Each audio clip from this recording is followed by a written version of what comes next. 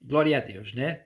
É uma maravilha, né? É uma bênção esta oportunidade, né? Nós podemos estar aqui mais uma vez meditando o quão Deus é glorioso e o quão preciosas são as promessas de Deus. Quando nós lemos o Salmo 122, né? Nós lemos e tivemos a oportunidade de ver que Deus nos manda orar pela paz em Jerusalém. E também Deus se alegra e Deus fica, digamos que, feliz, ou Deus recebe com alegria as orações pela cidade de Jerusalém, por Israel e pelo seu povo. Mas no Salmo 122, é como nós vimos, ele é focado mais para o tempo de Davi e para o tempo da antiga aliança. Então nos fala daquela Jerusalém terrena, onde nosso Senhor Jesus foi crucificado, mas que ressuscitou ao terceiro dia e está vivo para nos dar vida e vida eterna. Amém? Agora, a questão que se põe é essa. Mas essa vida eterna, como vai ser essa vida eterna? Onde vai ser essa vida eterna? É exatamente o capítulo 21, que a irmã leu, Apocalipse 21, e que nos mostra a diferença entre a Jerusalém terrestre do Salmo 122 e a Jerusalém celestial do Apocalipse 21. E o verso 1 que diz assim, né? E vi um novo céu e uma nova terra, porque já o primeiro céu e a primeira terra passaram, e o mar já não existe. O mar aqui, ele representa o pecado também, representa o abismo. Então, o pecado, o abismo já passou. E agora o que espera os cristãos, crentes, né, adoradores de Deus, convertidos a Jesus em espírito e em verdade, o que espera os crentes, cristãos, é então esse novo céu e essa nova terra. E a questão que se põe aqui é: e onde é esse novo céu que Deus tem preparado? O rei Salomão descreveu esse céu como o terceiro céu. Também descreveu como o céu dos céus.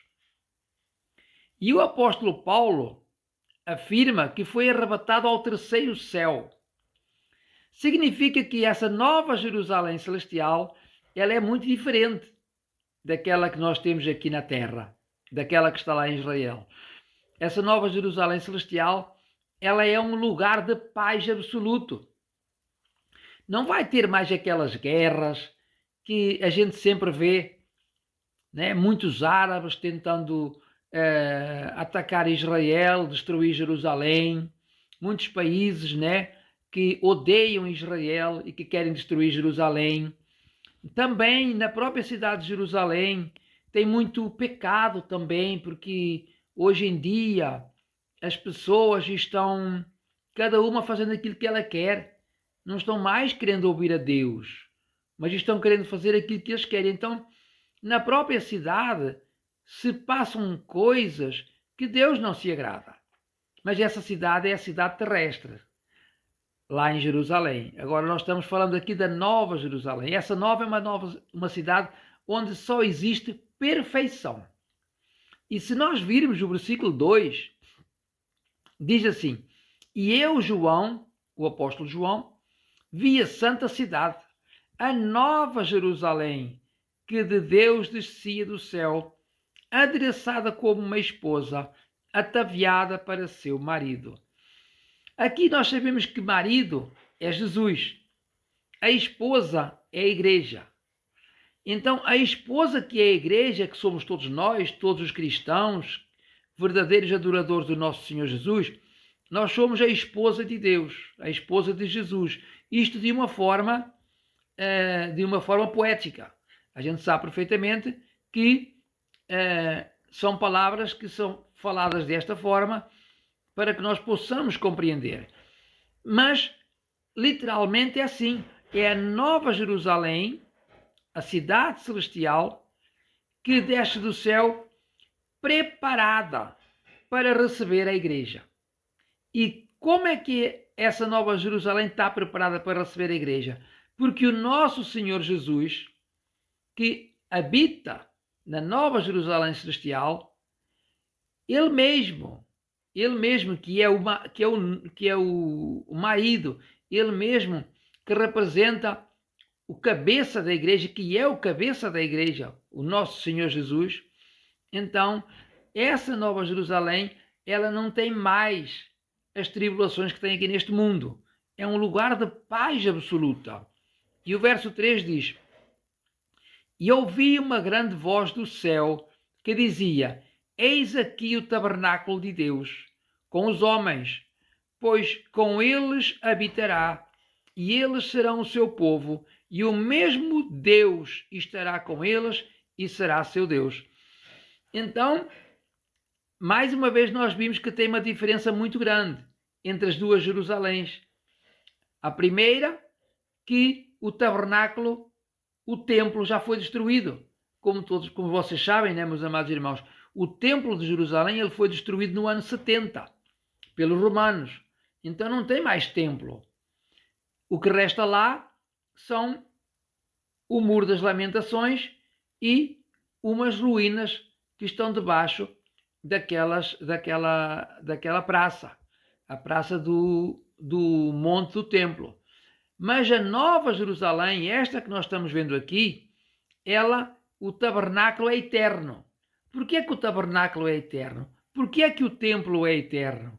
Porque não é mais de pedra, não é mais um templo de pedra. Nesta Nova Jerusalém é o próprio Jesus que é o templo de Deus. É o próprio Senhor Jesus que recebe a igreja. Então nós vamos habitar, né, no templo celestial que é precioso e que o nosso Senhor Jesus recebe aqueles que são dele, aqueles que o buscam com um coração sincero. É muito lindo. Agora o versículo 4, ele é para os salvos. E diz: E Deus limpará de seus olhos toda a lágrima, e não haverá mais morte, nem pranto, nem clamor, nem dor, porque já as primeiras coisas são passadas. Então, meus amados, as dificuldades da vida, elas ficam aqui. Os desafios, eles ficam aqui. O choro, a tristeza, o pranto, ficam aqui. Porquê? Porque na Nova Jerusalém Celestial, ela é espiritual.